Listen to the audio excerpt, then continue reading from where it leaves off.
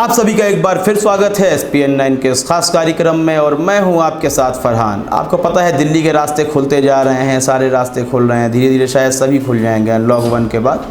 लेकिन कालिंदी कुंज और शाहीन बाग के रास्ते को अभी भी बंद किया जाएगा। ऐसा नहीं कि कोरोना संक्रमण को लेकर यह काम किया जा रहा है, बल्कि काम यह है कि अब कोरोना संक्रमण के चलते अब मॉल भी खुल जाएंगे, रेस्टोरेंट भी खुल जाएंगे और बाकी तमाम जगहों पर भीड़ होने लगेगी। तो धरना तो हो सकता है 20-25 लोगों को लेकर, लेकिन सरकार ने अपनी इस नीति से तय कर दिया है कि हाँ, हम ट्रंप नीति पर अभी भी बरकरार हैं, हम आपकी बात बिल्कुल भी नहीं सुनेंगे।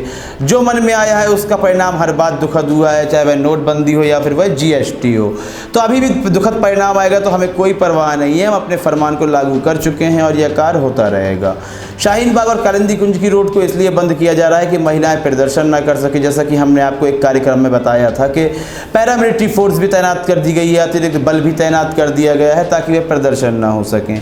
यहाँ पर अब समाचार से संबंधित और कुछ नहीं है, यहाँ पर सिर्फ सोचने की बात है और बताना आपको यह है कि क्या भारत में प्रदर्शन नहीं होंगे? क्या अन्ना हजारे ने प्रदर्शन नहीं किया था? क्या उस वक्त कांग्रेस सत्ता पर नहीं थी? क्या उसने अन्ना हजारे के आंदोलन को ख़राब करने की कोशिश की? बिल्कुल नहीं। भारत में तो प्रदर्शन किए जाने होते रहे, होते भी रहेंगे। चाहे फिर वह आसाराम को लेकर लोग प्रदर्शन कर रहे हो या राम रहीम के पक्ष में उतर आए हों, चाहे फिर वह गांधी का प्रदर्शन हो या फिर हिंदुत्व को लेकर हो या फिर किसी बात को भी लेकर हो। बहुत प्रदर्शन हुए हैं। आपको याद होगा 6 दिसंबर 1992 में तो सबसे बड़ा प्रदर्शन था जो अयोध्या में दिखाई दिया। मुझे लगता है वैश्विक प्रदर्शन था सबसे बड़ा, कि किसी एक धार्मिक स्थल को गिराने के लिए लोगों को पूर्ण स्वतंत्रता प्राप्त थी और उन्होंने उस कार्य को भी किया। तो यहाँ कोई धार्मिक स्थल नहीं गिराया जा रहा है, यहाँ किसी को क्षति हानि नहीं पहुँचाई जा रही है, बल्कि वह गरीब तबका जिसको यह डर है कि उसको उसके देश से निकाल दिया जाएगा, शायद उसको भी नहीं पता कि उसकी चौथी पीढ़ी 5वीं पीढ़ी कहाँ से है, लेकिन जब से उसने आंखें खोली हैं उसने अपने आप को हिंदुस्तान समझा है। चाहे उसने पेप्सी की बोतल ली हो या फिर उसने कुछ भी खाया पिया हो, टैक्स भारत सरकार को ही दिया है। बांग्लादेश और पाकिस्तान जाने की उसकी औकात ही नहीं है, तो वहां पर वह पैसा और फंड कैसे भेजेगा? तो अप्रत्यक्ष रूप से या प्रत्यक्ष रूप से उसने भारत का ही कार्य किया है, भारत में ही रहा है, उसने घर भी भारत में खरीदा है। तो वह अपनी नागरिकता बचाने के लिए, अपनी पहचान बनाने के लिए बिल्कुल कोशिश कर रहा है, पुरजोर विरोध कर रहा है।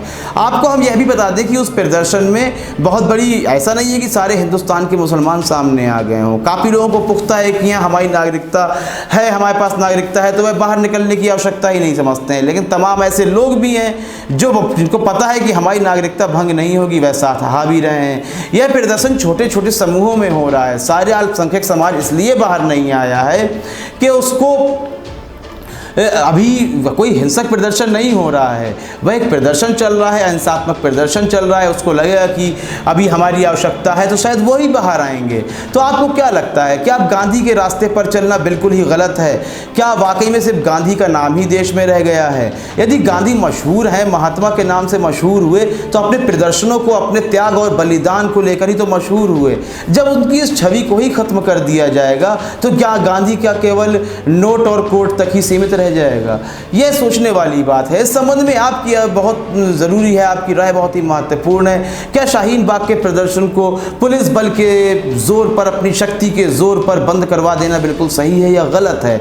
इस संबंध में राय देना बिल्कुल भी ना भूलें। कार्यक्रम को लाइक करें, ज़्यादा से ज़्यादा शेयर करें और चैनल को सब्सक्राइब अवश्य कर दें। तब तक के लिए इजाज़त दीजिए। धन्यवाद।